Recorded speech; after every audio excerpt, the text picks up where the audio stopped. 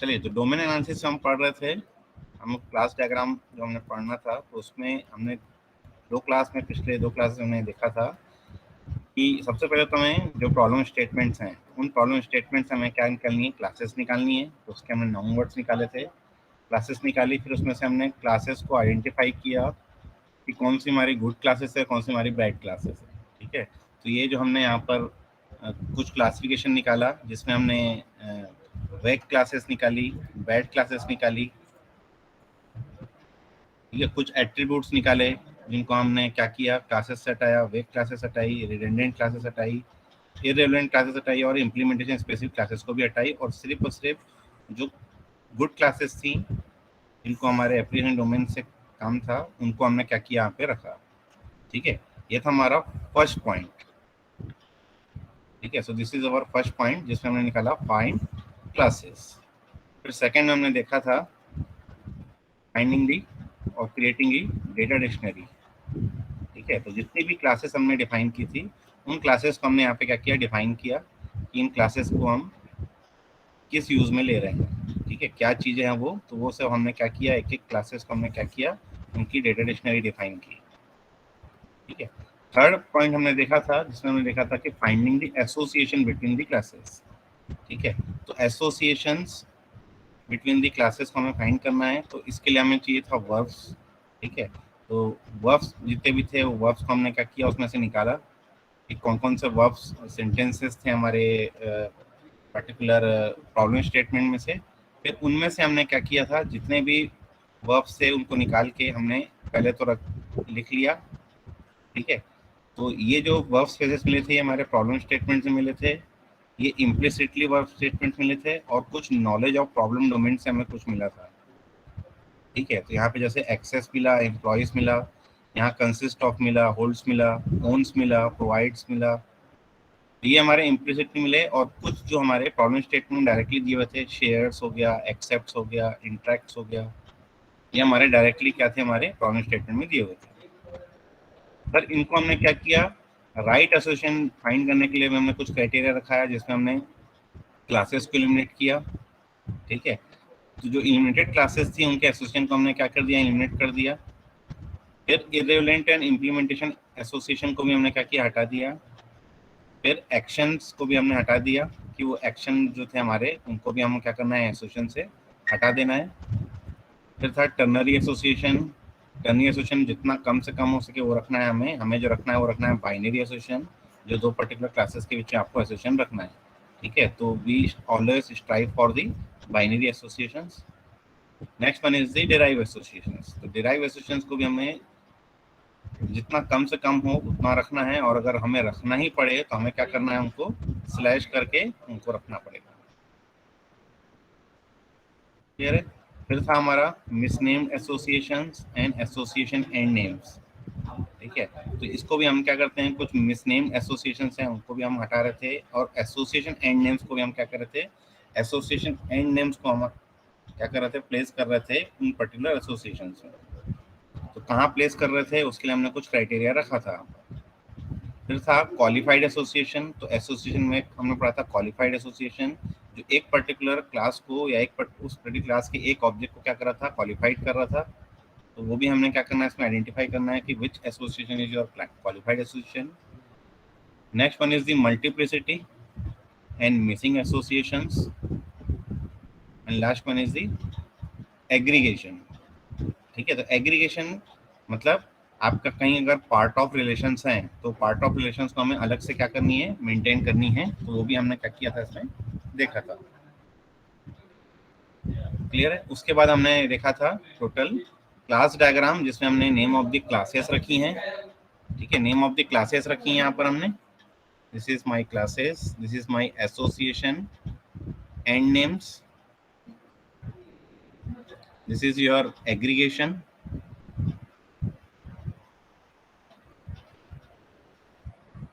clear, this is my aggregation, and these are the multiplicity constraints।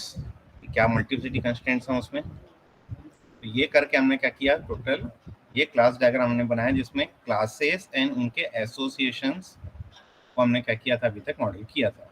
ठीक है, अब next step हमें क्या करना है, next step is your to find the attributes, what are the attributes of that particular classes. Fourth point आ जा रहा था हमारा, वो था हमारा finding the attributes. So attributes are the data properties of individual objects such as weight, velocity और colour.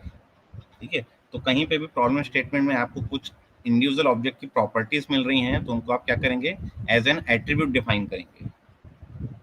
Clear है?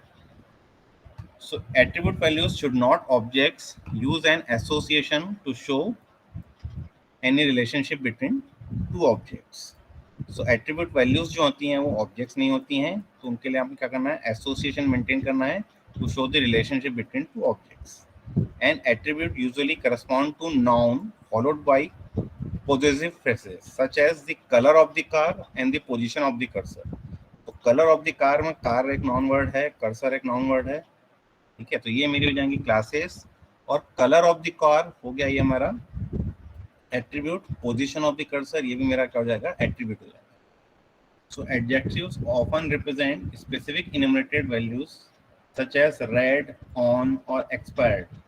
ठीक है, तो कुछ एडजेक्टिव्स भी आपको प्रॉब्लम स्टेट में मिल सकते हैं कि उन एट्रीब्यूट की वैल्यूज मेरी क्या क्या हो सकती हैं, तो उन पर्टिकुलर एट्रीब्यूट में आप क्या करेंगे, इनमरेटेड वैल्यूज आप क्या करेंगे, मेंटेन करेंगे, और तब आप क्या करेंगे, इनमरेशन चूज करेंगे, जो हम क्लास डायग्राम में इनमरेशन यूज कर रहे थे कि इन एट्रीब्यूट की वैल्यूज रेड, वाइट, ब्लू ये हो सकती हैं, या ऑन ऑफ हो सकता है। ठीक है, तो ये कुछ पर्टिकुलर इनमरेशन हम क्या करेंगे यहाँ पे, तब हम मेंटेन कर सकते हैं उन एट्रीब्यूट्स में। So unlike classes and associations, attributes are less likely to be fully described in the problem statement। तो classes and association को तो problem statement में fully describe किया जाता है, लेकिन attributes को हम पूरी तरह describe नहीं करते हैं। कुछ हम दे देते हैं डायरेक्टली प्रॉब्लम स्टेटमेंट में, और कुछ क्या होता है इम्प्लिसिटली हम क्या करते हैं, उसको क्रिएट करते हैं कि ये पर्टिकुलर एट्रीब्यूट उन पर्टिकुलर प्रॉब्लम स्टेटमेंट में मुझे मिल सकता है। And you must draw on your knowledge of the application domain and the real world to find that। तो हमें उस पर्टिकुलर प्रॉब्लम स्टेटमेंट का एप्लीकेशन डोमेन पता होना चाहिए कि क्या क्लासेस क्रिएट कर रहे हैं, उनके क्या प्रॉपर्टीज हम मेंटेन कर सकते हैं उन क्लास डायग्राम्स में। And you can also find attributes in the artefacts of related systems. तो जो रिलेटेड सिस्टम, जो सिस्टम आप क्रिएट करने जा रहे हैं, उनसे जो रिलेटेड सिस्टम्स होंगे, उनके जो आर्टिफैक्ट्स है, जो उनको पहले से आपने बना के रखा है क्लास डायग्राम, तो उनके जो एट्रीब्यूट्स हैं रिलेटेड अगर है, तो रिलेटेड एट्रीब्यूट्स भी हम क्या करेंगे, उनको मेंटेन कर सकते हैं। तो डायरेक्टली उनको देख के हम इसमें भी वो सेम एट्रीब्यूट्स अप्लाई कर सकते हैं। So fortunately attribute seldom affect the basic structure of the problem. तो basic structure of the problem अगर हम किसी क्लास डायग्राम बोले तो स्ट्रक्चरल डायग्राम होता है क्लास डायग्राम, और उसमें बेसिक स्ट्रक्चर जो रहता है वो रहता है classes as well as their associations. Attributes हम जनरली जो है उसके स्ट्रक्चर का पार्ट नहीं मानते हैं। क्लियर है? तो अगर हम डायरेक्टली सिर्फ क्लासेस एंड उनके एसोसिएशन को भी मेंटेन करते हैं, that is also considered as their class diagram. So next one is the do not carry discover of attributes to access. तो एक्सेस में हमें क्या करना है, उन एट्रीब्यूट्स को फाइंड नहीं करना है। हमें क्या करना है, ऐसे एट्रीब्यूट फाइंड करना है which is relevant to the application. ठीक है, जो रिलेवेंट है उनको हम क्या करेंगे, फाइंड करेंगे। अननेसरी हम ज़्यादा एट्रीब्यूट्स हम फाइंड नहीं करेंगे। So get the most important attribute first and then you can add fine details later। तो जो important attributes हैं उनको हम पहले मॉडल करेंगे, और फिर उनसे रिलेटेड अगर कोई attributes हैं तो उनको मॉडल करेंगे, अदरवाइज हम 2-3 attributes के बाद छोड़ देंगे। And during analysis avoid attributes that are solely for implementation। तो ऐसे attribute जो सिर्फ और सिर्फ implementation में काम आएंगे, उनको हम क्या करते हैं, क्लास डायग्राम में अवॉइड कर देते हैं, हम उनको क्या करते हैं, मेंटेन नहीं करते हैं। क्लियर है? So these are not maintain in our class diagram. And be sure to give each attribute a meaningful name. तो एक पर्टिकुलर नेम देना पड़ेगा जिससे आप क्या करें, उनकी वैल्यूज को आप आइडेंटिफाई कर सकें कि वो पर्टिकुलर वैल्यूज में मतलब क्या मेंटेन करने वाला है। So normally you should omit derived attributes. तो डिराइव्ड एट्रीब्यूट्स ऐसे एट्रीब्यूट होते हैं जिनकी वैल्यू दूसरे एट्रीब्यूट पे डिराइव होती है, जैसे age is derive from birth date and current date. Clear है? तो एज जो है वो पर्टिकुलर मेरा क्या हो जाएगा, derive attribute. So do not express derive attributes as operation such as get age although you may implement them in that वे।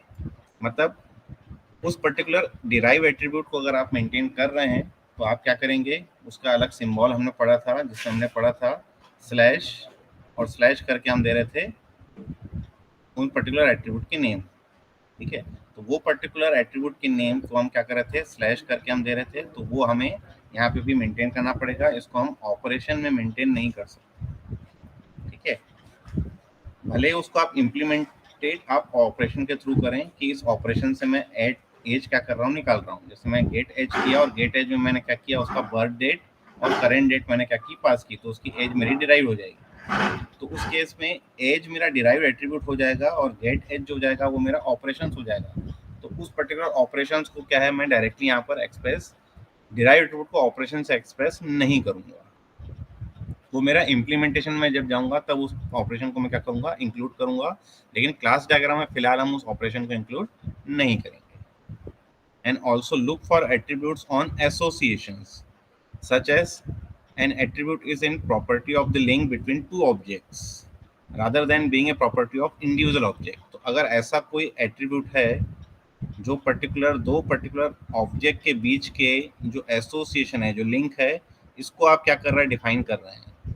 ठीक है, तो उस पर्टिकुलर एट्रीब्यूट को हम बोलते हैं एसोसिएशन का एट्रीब्यूट। उसको हम किसी एक पर्टिकुलर क्लास में मेंटेन नहीं कर सकते, क्योंकि वो एक क्लास की प्रॉपर्टी नहीं है, इंडिविजुअल एक ऑब्जेक्ट की प्रॉपर्टी नहीं है, वो दोनों के बीच के एसोसिएशन की अगर कोई प्रॉपर्टी है तो मुझे एसोसिएशन में ही मेंटेन करना पड़ेगा। और वो पर्टिकुलर एट्रीब्यूट जो होते हैं जनरली मेरे मैनी टू मैनी एसोसिएशन में ही रहते हैं। क्लियर है? तो अगर many to many relation between stakeholder and company has an attribute, तो एक जगह मेरे पास स्टेक होल्डर हो सकता है, एक जगह कंपनी होगा, और उसके बीच में जो एट्रीब्यूट हो रहा है वो हो रहा है हमारा नंबर ऑफ शेयर्स। ठीक है, तो एक पर्टिकुलर शेयर होल्डर एक से ज़्यादा कंपनी में मेंटेन कर सकता है अपने शेयर्स, और एक कंपनी के एक से ज़्यादा शेयर होल्डर्स हो सकते हैं। तो ये जो पर्टिकुलर एट्रीब्यूट है वो न तो मैं इसमें मेंटेन कर सकता हूँ, न तो मैं इसमें मेंटेन कर सकता हूँ, मुझे यहीं पे मेंटेन करना पड़ेगा उनके एसोसिएशन में। क्लियर है? नाउ एलिमिनेट unnecessary and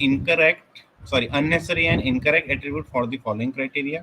अब इसके लिए भी कुछ क्राइटेरिया बना दिया गया है कि कौन से एट्रीब्यूट को हम रखेंगे और कौन से एट्रीब्यूट को हम नहीं रखेंगे। तो पहला क्राइटेरिया है objects. So if the independent existence of an element is important rather than just its value, then it is an object.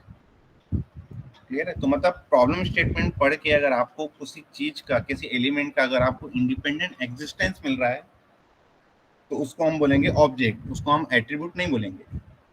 For example, boss refers to a class and salary is an attribute. तो boss जो class हो गई और उस boss की salary जो हो गई वो एक एट्रीब्यूट हो गई। So the distinction often depends on the application.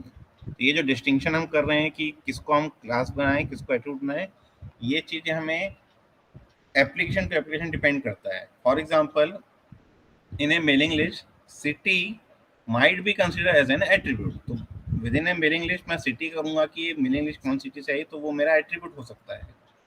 while in a census, city would be a class with many attributes and relationships of its own। तो सिटी कहीं पे एट्रीब्यूट की तरह भी काम कर सकता है, सिटी कहीं कहीं पे क्लास की तरह भी काम कर सकता है। ठीक है, तो आपको ये पहचानना होगा कि कौन से ऐसे एलिमेंट्स हैं जिनको हम ऑब्जेक्ट्स क्रिएट करें, कौन से एलिमेंट मेरे जो रहेंगे वो एट्रीब्यूट में आएंगे। ठीक है, तो जब भी आप प्रॉब्लम स्टेटमेंट देखते हैं तो आप क्या करते हैं, सबसे पहले निकालते हैं नाउन वर्ड्स। तो नाउन वर्ड से आपको मिलती हैं क्लासेस। ठीक है, और नाउन वर्ड से आपको एट्रीब्यूट्स भी मिलते हैं।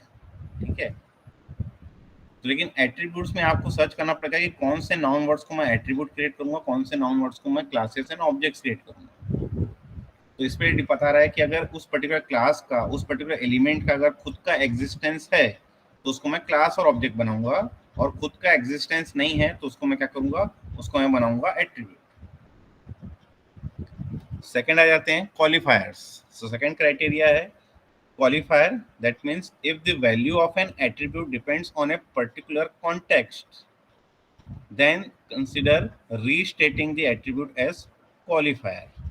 ठीक है, मतलब अगर किसी पर्टिकुलर एट्रीब्यूट की वैल्यू जो है किसी पर्टिकुलर कॉन्टेक्स्ट में या किसी और पर्टिकुलर चीजों पे डिपेंड कर रही है तो उसको हम बोलेंगे qualifier. For example, employee number is not a unique property of a person with two jobs.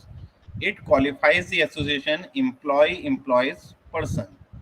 ठीक है, तो ये जो एसोसिएशन एंड नेम देते थे, ठीक है, जिसमें हम मेंटेन कर रहे थे दो क्लासेस, एक क्लास है आपका कंपनी, एक क्लास है आपका पर्सन। तो ये सपोज हो गया आपका पर्सन, ये हो जा रहा था आपका कंपनी। तो यहाँ पे आप एसोसिएशन एंड नेम दे रहे थे एम्प्लॉय नंबर, जो आपका एक पर्टिकुलर एम्प्लॉय को क्या कर रहा था, डिनोट कर रहा था। तो विद इन दी कंपनी अगर मेरे पास एम्प्लॉय नंबर मिल जाए तो वो एक ही पर्सन एक ही एम्प्लॉय को क्या करेगा, मेंटेन करेगा। तो ये हो जाता है आपका क्वालिफायर। तो ये क्वालिफायर को हम क्वालिफाइड एसोसिएशन में यूज करते हैं, इसको हम इस कंपनी का एट्रीब्यूट नहीं बनाएंगे। Clear? Next one is the names. So names are often better modeled as qualifier rather than attributes.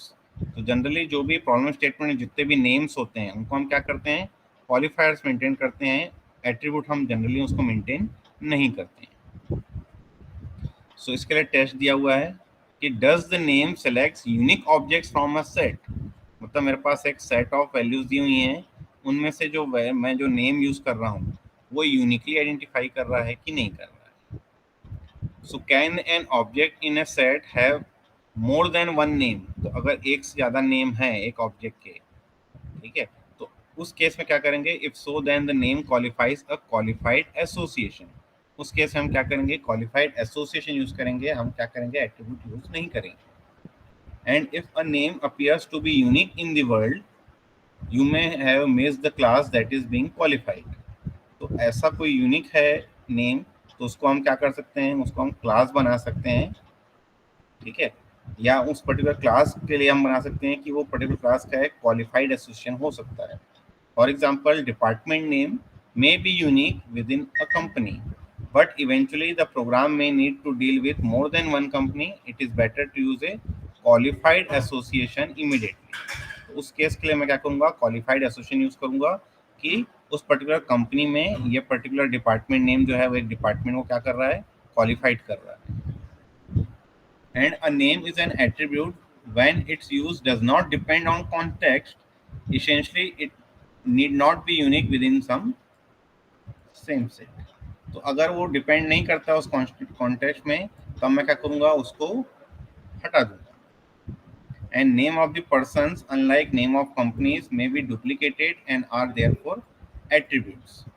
तो name of the person name of the company से डुप्लीकेट हो सकते हैं, तो उसको हम क्या करेंगे, जनरली हम क्या करेंगे, एट्रीब्यूट्स में हम मेंटेन करेंगे।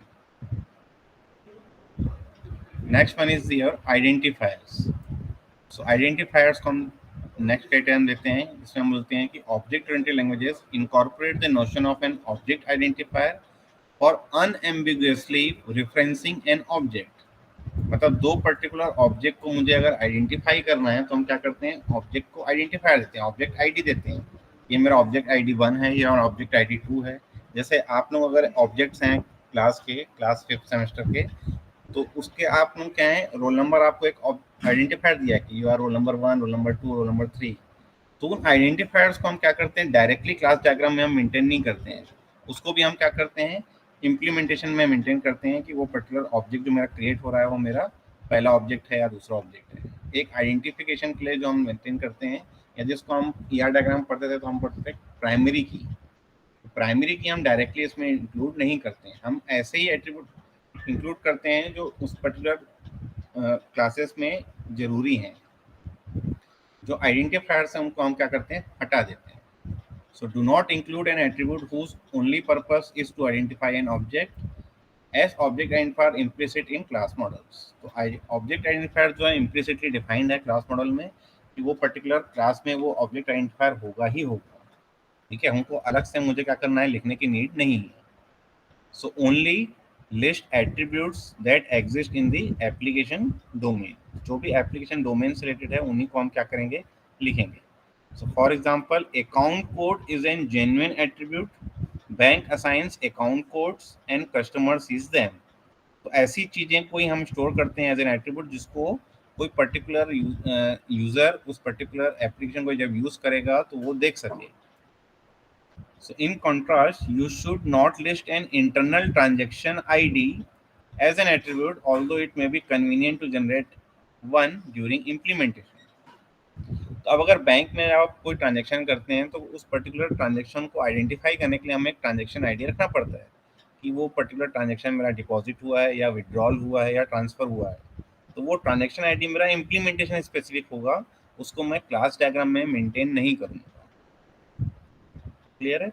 तो उन आइडेंटिफायर्स को हम क्लास डायग्राम में मेंटेन नहीं करते हैं, इट इज इम्प्लिसिटली डिफाइंड, और वो इम्प्लीमेंटेशन में ही हम क्या करते हैं, उसको मेंटेन करते हैं। Fifth one is attributes on associations. तो ये हमने अभी थोड़ी देर पहले भी देखा कि जहां मैनी टू मैनी रिलेशनशिप्स आती हैं वहां पे हमें एट्रीब्यूट डिफाइन करना पड़ता है। अगर वन टू मैनी रिलेशनशिप्स होती हैं तो हम क्या करते हैं, अगर दो पर्टिकुलर मेरे पास क्लासेस हैं, ठीक है, और उनके बीच में अगर मैं मेंटेन कर रहा हूँ एसोसिएशन, और ये एसोसिएशन मेरा वन टू मैनी है, तो जो भी एट्रीब्यूट होते हैं उनको हम क्या करते हैं, मैनी साइड में हम एज एन रेफरेंस एट्रीब्यूट हम रख लेते हैं। ठीक है, जैसा ईआर डायग्राम में हमने उसको फॉरेन की नाम से पढ़ा था कि उस फॉरेन की में उसको उस पर्टिकुलर एंटिटी में स्टोर करते हैं जहां से हम उसको फॉरेन की रेफरेंस कर सकें। लेकिन अगर ये मैनी टू मैनी है, ठीक है, तो हम उसको रेफरेंस रिलेशन से यूज नहीं कर सकते, उसके से मुझे उसको एसोसिएशन का ही एट्रीब्यूट क्रिएट करना पड़ेगा। तो ये वही बोल रहा है कि if A value require the presence of a link then the property in an attribute of association and not of a related class। तो वो किसी एक क्लास की प्रॉपर्टी नहीं हो गई, वो एसोसिएशन की एट्रीब्यूट हो गई, उसकी प्रॉपर्टी हुई। So as attributes are usually obvious on many to many associations, they cannot be attached to their either class because of their multiplicity।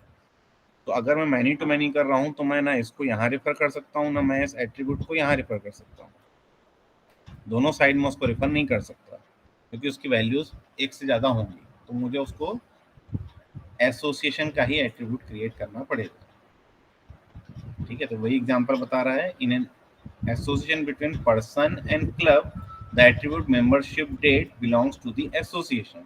तो मेंबरशिप डेट जो है वो एक से ज़्यादा हो सकती है, पर्सन की और क्लब की भी। तो because a person can belong to many clubs and clubs can have many members, तो ये मैनी टू मैनी है, इसलिए उसको मैं एसोसिएशन ही मेंटेन कर सकता हूँ, मैं किसी क्लास में उसको एज एन एट्रीब्यूट स्टोर नहीं कर सकता। And attributes are more subtle on one to many associations because they could be attach to the many class. जो मैं पहले बोला कि ये मैनी वाला है तो मैनी को हम इसमें अटैच कर सकते हैं और उसको as an reference attribute use कर सकते हैं। नेक्स्ट आ जाते हैं इंटरनल वैल्यूज। तो अगर कोई इंटरनल वैल्यूज हैं तो उसको भी हम क्या करते हैं, हटा देते हैं। So if an attribute describes the internal state of a object that is invisible outside the object, then eliminate it from the analysis। ठीक है, तो अगर कुछ ऐसी वैल्यू दी गई है जो इंटरनली डिफाइन की गई है कि ऑब्जेक्ट मेरा क्लोज्ड है, ऑब्जेक्ट मेरा ओपन है, वो उनकी क्या हो गई, इंटरनल स्टेट हो गई, तो उसको भी हम एट्रीब्यूट में मेंटेन नहीं करते हैं। Next one is fine detail. So omit minor attributes that are unlikely to affect most operations।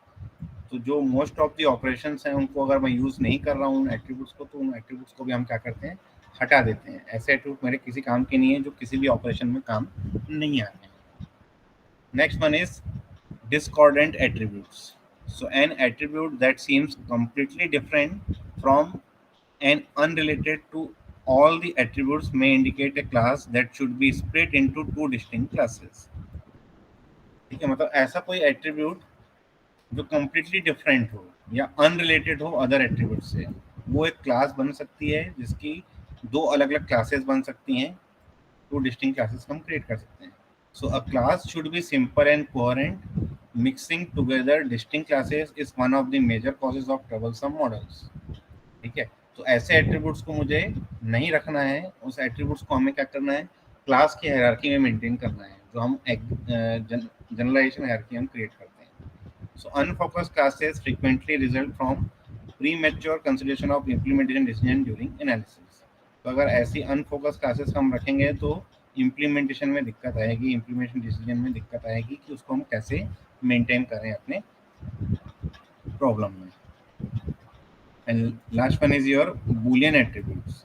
So reconsider all Boolean attributes। Often you can broaden a Boolean attribute and restate it as an enumeration।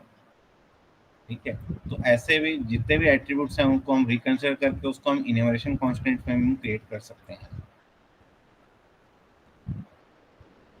अब आ जाते हैं example में हमारे, या तो ATM example हम लोग throughout the case study ले रहे थे, उसी में हम देखते हैं।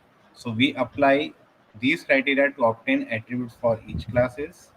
Some tentative attributes are actually qualifiers on associations. We consider several aspects of the model. पहला हम देखते हैं bank code and card code are present on the card. So their format is an implementation detail, but we must add a new association, that is bank issues cash card. ठीक है, तो bank code और cash card, sorry card code, ये आपके problem statement में जो है वो कार्ड में स्टोर रहेगा, ये इम्प्लिसिटली डिफाइंड है। तो हम एक एसोसिएशन क्रिएट कर सकते हैं कि bank issues cash card and card code is in qualified on this association. तो कार्ड कोड जो है वो आपका क्वालिफाइड एसोसिएशन होगा कि विद इन द बैंक अगर मैं ये कार्ड कोड दे रहा हूँ तो ये कौन से कैश कार्ड को बिलोंग करता है।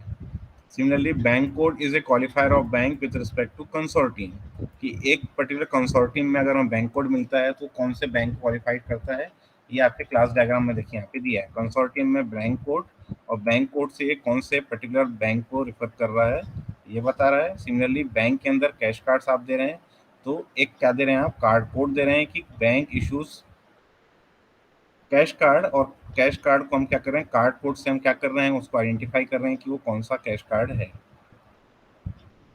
ठीक है, तो ये दोनों जो हो गए मेरे हो गए qualified associations. Second, the computers do not have state relevant to the problem. तो कंप्यूटर का जो स्टेट है वो रिलेवेंट नहीं है प्रॉब्लम का। So whether the machine is up और down is transient attribute that is part of implementation. तो जो कंप्यूटर मेरा अप है या डाउन है वो ट्रांजिएंट स्टेट जो है वो मैं इम्प्लीमेंटेशन में छोड़ सकता हूँ, उसको हम एट्रीब्यूट में मेंटेन नहीं करेंगे। Third, avoid the temptation to omit consortium, even though it is currently unique. It provides the context for the bank code qualifier and may be useful for future expansion. And keep in mind that ATM problem is just an example. Real application, when fleshed out, tend to have many more attributes per class than the figure shows.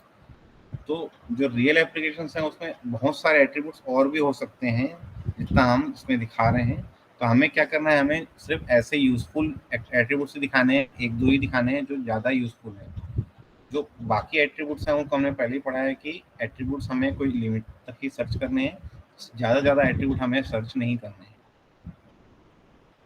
तो जो मेरे काम के attributes हैं हम उनको ही रखेंगे, जो इर्रेलेवेंट एट्रीब्यूट्स हैं उनको हम क्या करेंगे, हटा देंगे।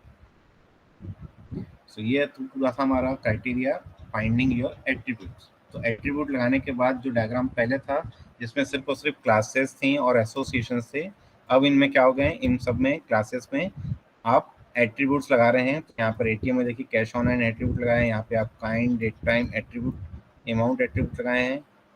ठीक है, यहाँ पे भी बैलेंस, क्रेडिट कार्ड टाइप, यहाँ पे नेम एंड एड्रेस रखा है आपने, यहाँ पे भी kind, date time and amount रखा है, यहाँ पे पासवर्ड रखा है, और यहाँ पर आपका नेम, यहाँ पे भी आपका जो है बैंक विथ नेम। तो these are all attributes, whereas this bank code is an association end name which qualifies one bank, 0 to 1 bank. Similarly bank में कार्ड कोड है वो एक एसोसिएशन एंड नेम है। ठीक है, सॉरी क्वालिफाइड एसोसिएशन है जो पर्टिकुलर कैश कार्ड क्या कर रहा है, आइडेंटिफाई कर रहा है। यहाँ पे भी 0 to 1 कैश कार्ड हो सकते हैं उस पर्टिकुलर कार्ड कोड से रिलेटेड। सिमिलरली स्टेशन कोड भी एक क्वालिफाइड एसोसिएशन है, यहाँ पे भी स्टेशन कोड लिया गया है, यहाँ पे स्टेशन कोड लिया गया है। These are all association, sorry qualified associations. ठीक है, और एसोसिएशन एंड नेम जब हम यूज करते हैं तो उस केस में दोनों साइड का हम क्या करते हैं, एंड नेम डिफाइन करते हैं। ठीक है, तो उसको हम बोलते हैं एसोसिएशन एंड नेम, जबकि यहाँ पे ये जो ऐसा बॉक्स कर दिया गया है ये आपका दिया गया है association and name. And these are all the names of associations: communicates with, entered by, employee, authorized by, entered on. These are all workplaces. चलिए नेक्स्ट देखते हैं फिफ्थ पॉइंट जो था हमारा। Fifth point is your refining with inheritance. ठीक है, अब आपने फर्स्ट पॉइंट में आपने देखा क्लासेस निकाली, सेकंड पॉइंट में आपने देखा उसका डेटा डिक्शनरी आपने क्रिएट किया, थर्ड पॉइंट में आपने देखा जिसमें आपने एसोसिएशंस निकाले। फोर्थ पॉइंट आपने देखा जिसमें आपने एट्रीब्यूट्स निकाले। Fifth point is your refining with inheritance. तो अब जो क्लासेस आपने निकाली हैं उन क्लासेस को आप क्या कर रहे हैं, या तो आप कंबाइन कर रहे हैं या तो आप स्प्लिट कर रहे हैं। ये आपको डिपेंड करता है आपके एप्लीकेशन डोमेन में कि आपने क्लासेस कैसे निकाली हैं और किस तरह से आप बॉटम अप या टॉप डाउन इनहेरिटेंस आप कर रहे हैं। ठीक है, तो उसको आप क्या करना है, अब आपको रिफाइन करना है। So next step is to organise classes by using inheritance to share common structure. तो जो कॉमन स्ट्रक्चर अगर आपको पहले मिल रहा है तो आप क्या करेंगे, जनरलाइज करेंगे, और अगर आपको स्पेशलाइज फीचर मिल रहा है तो आप स्पेशलाइज करेंगे। So inheritance can be added in two directions. First, by generalizing common aspects of existing classes into superclasses, that is your bottom up feature, or by specializing existing classes into multiple subclasses, that is your top down feature. That is your specialization and this is your generalization. तो first देखते हैं bottom up generalisation. ठीक है, तो bottom up generalisation मतलब आपके पास क्या है, अब बहुत सारी क्लासेस हैं, उन क्लासेस को आपको क्या करना है, on the basis of their common features आपको क्या करना है, एक क्लास क्रिएट करनी है। ठीक है, तो उस फीचर को हम बोलते हैं, उस फीचर को हम बोलते हैं जनरलाइजेशन। ठीक है, तो इसमें आपको क्या करना होता है, यहाँ पे एक ईजा रिलेशनशिप मेंटेन करनी पड़ती है। ठीक है, तो इस ईजा रिलेशनशिप में आपने पहले क्या की है, पहले आपने कुछ क्लासेस स्पेसिफाई की हैं, उन स्पेसिफाई के कॉमन बिहेवियर को आपने ऑब्जर्व किया, और कॉमन बिहेवियर से आपने क्या किया है, common behaviour and common association से आपने क्या किया है, निकाला है कि उसकी एक सब सुपर क्लास होनी चाहिए, और उन सुपर क्लास में आपने क्या किया, उसको इनहेरिटेंस हायरार्की बनाया है। तो ये आ गया आपका बॉटम अप जनरलाइजेशन। इसमें आपने क्या किया, जनरलाइज किया है कि दोनों पर्टिकुलर क्लास में ये पर्टिकुलर एट्रीब्यूट और ये पर्टिकुलर फीचर्स मेरे कॉमन है। सेकंड था हमारा टॉप डाउन स्पेशलाइजेशन। तो टॉप डाउन स्पेशलाइजेशन मतलब आपको एक क्लास मिली है और इस क्लास में आपके जो ऑब्जेक्ट्स हैं उनमें डिस्टिंग्विश हैं, मतलब डिस्टिंक्शन है, कुछ चीजें अलग हैं अदर ऑब्जेक्ट से। तो अब आप क्या कर रहे हैं, उनके on the basis of specific feature आप क्या कर रहे हैं, उसको स्पेशलाइज कर रहे हैं दो पर्टिकुलर सब क्लासेस में। ठीक है, तो ये आता आपका स्पेशलाइजेशन। तो स्पेशलाइजेशन बोलो जनरलाइजेशन बोलो, दोनों है इनहेरिटेंस का ही पार्ट, दोनों में ईजा रिलेशनशिप आप लगाते हैं। ठीक है, तो ईजा रिलेशनशिप आप लगानी है, तो ईजा रिलेशनशिप में बॉटम अप करना है कि टॉप डाउन करना है, वो डिपेंड करता है कि आपके क्लासेस आपने जो आइडेंटिफाई किए हैं उसको आप कैसे रियलाइज कर रहे हैं। ठीक है, कि अगर आपको क्लासेस मिल रही हैं जिसमें कॉमन फीचर्स हैं तो आप क्या करेंगे, आप जनरलाइजेशन हायरार्की तक जाएंगे, और अगर आपको एक क्लास मिल रही है जिसके ऑब्जेक्ट्स में डिस्टिंक्शन है तो आप क्या करेंगे, उसको आप क्या करेंगे, स्पेशलाइज करेंगे। On the basis of distinct features आप क्या करेंगे, उनको स्पेशलाइज करेंगे कि कौन सी पर्टिकुलर क्लासेस में वो स्प्लिट हो रही हैं। Third one is your generalisation versus enumeration. मतलब कहाँ पे हमें जनरलाइजेशन यूज करना है, कहाँ में मुझे इन्यूमरेशन यूज करना है। सो इन्यूमरेटेड सब cases in the application domain are the most frequent sources of specializations. Often it is sufficient to note that a set of enumerated subcases exist without actually listing them. तो कहीं पर क्या होती है कि implicitly डिफाइन होता है वो enumeration, तो उसको हम enumeration में मेंटेन नहीं करते हैं। So for example, an ATM account could be refined into checking account and saving account. तो इसको हम enumeration में भी डिफाइन कर सकते थे कि अकाउंट की दो वैल्यू है, एक चेकिंग है, एक सेविंग है। ठीक है, लेकिन हम इसको किसे मेंटेन कर रहे हैं, कि हम इसको मेंटेन करते हैं account is an checking account, account is an saving account. तो हम इसको क्या कर रहे हैं, जनरलाइजेशन स्पेशलाइजेशन हायरार्की में मेंटेन करते हैं कि ये अकाउंट मेरा स्पेशलाइज्ड है चेकिंग के लिए, ये स्पेशलाइज्ड है आपका सेविंग अकाउंट। दोनों की डिस्टिंक्ट फीचर्स हैं कि सेविंग अकाउंट में आपको इंटरेस्ट रेट मिल रहा है और चेकिंग अकाउंट में मुझे ओवरड्राफ्ट अमाउंट मिल रहा है। So while undoubtedly useful in some banking application, this distinction does not affect behavior with the ATM application. Type can be made a simple attribute of account. तो most of the ATM में अगर ये behaviour जो है वो same है तो उस केस में हम क्या करते हैं, उस टाइप को हम मेंटेन करते हैं एज एन इनमरेशन, और उस पर्टिकुलर इनमरेशन की हमने क्या किया, दो वैल्यू डिफाइन कर देते हैं कि चेकिंग एंड सेविंग। क्लियर है, तो आपको ये डिस्टिंक्शन मेंटेन करना पड़ेगा कि कहाँ मुझे जनरलाइजेशन यूज करना है, कहाँ मुझे इनमरेशन यूज करना पड़ता है। Again it is totally dependent on your problem domain. Next one is your multiple inheritance. So you can use multiple inheritance to increase sharing but only if necessary because it increases both conceptual and implementation complexity. तो multiple inheritance हर जगह use नहीं कर सकते, आप कहीं कहीं पे use कर सकते हैं, कहीं कहीं पे आप नहीं हटा आपको हटाना ही पड़ेगा, क्योंकि अगर नहीं हटाएंगे तो ये आपको इम्प्लीमेंटेशन कॉम्प्लेक्सिटी देता है, कॉन्सेप्चुअल कॉम्प्लेक्सिटी देता है, जिसको मेंटेन करना पॉसिबल नहीं हो पाता.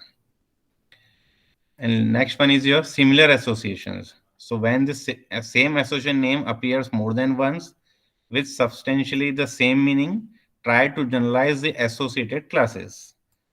तो उन पर्टिकुलर सिमिलर एसोसिएशन के लिए हम क्या करते हैं, एसोसिएशन क्लासेस क्रिएट करते हैं.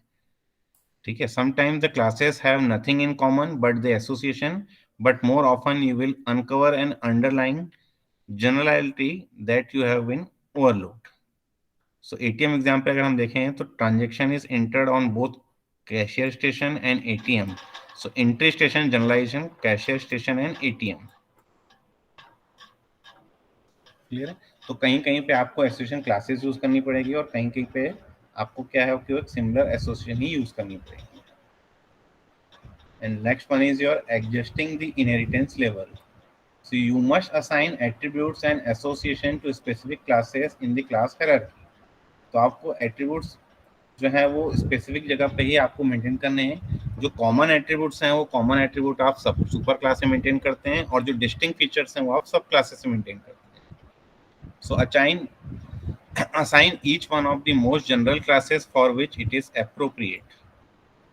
तो जो appropriate classes हैं वहीं पे हमें उनके attributes को maintain करने हैं.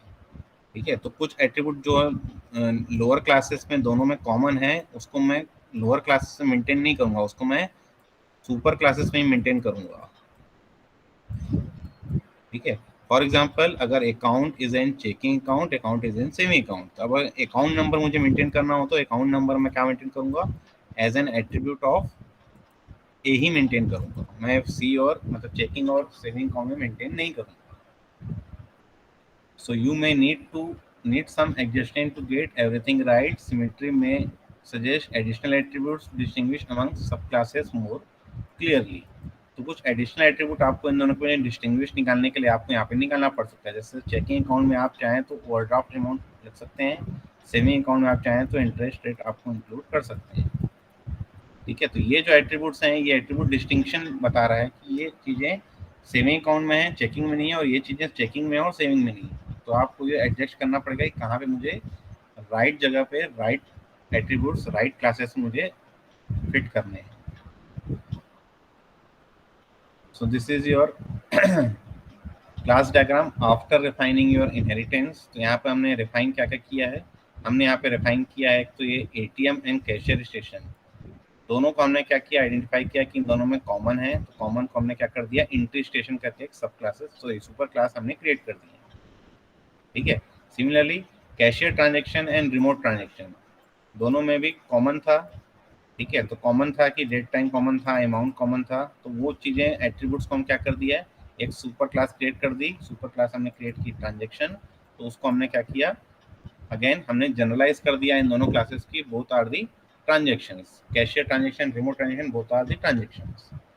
ठीक है, तो ऐसे करके हमें क्या करना है, अब इनहेरिटेंस हायरार्की आइडेंटिफाई करनी है. क्लियर है. अब यहाँ तक किसी कोई डाउट है?